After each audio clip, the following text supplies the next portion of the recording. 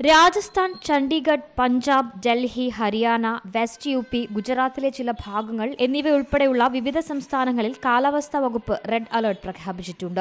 അടുത്ത 5 ദിവസത്തേക്ക് ഈ സംസ്ഥാനങ്ങളിൽ കടുത്ത ചൂട് അനുഭവപ്പെടുമെന്ന് കാലാവസ്ഥാ ഏജൻസികൾ പ്രവചിക്കുന്നു. ഇവിടെ പല ജില്ലകളിലും പരമാവധി പകൽ താപനില 47 ഡിഗ്രി സെൽഷ്യസ് കടന്നേക്കാമെന്നും കാലാവസ്ഥാ വകുപ്പിന്റെ മുന്നറിയിപ്പുണ്ട്. ഹരിയാനയോട് ചേർന്ന് സ്ഥിതി ചെയ്യുന്ന നജഫ്ഗഡിലും ചൊവ്വാഴ്ച 47.4 ഡിഗ്രി താപനിലയാണ് രേഖപ്പെടുത്തിയത്.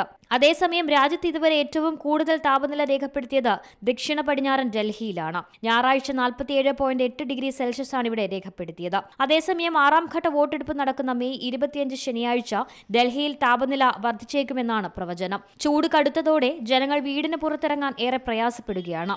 ഇതിനിടെ ജനങ്ങൾ ജാഗ്രത പാലിക്കണമെന്നും അത്യാവശ്യ ഘട്ടങ്ങളിൽ മാത്രമേ പുറത്തിറങ്ങാൻ പാടുള്ളൂ എന്നും ആരോഗ്യവകുപ്പ് നിർദ്ദേശം നൽകിയിട്ടുണ്ട്. വീടിന് പുറത്ത് ജോലി ചെയ്യുന്നവരോട് നിർബന്ധമായും വെള്ളം കരുതണമെന്നും നിർദ്ദേശം നൽകിയിട്ടുണ്ട്.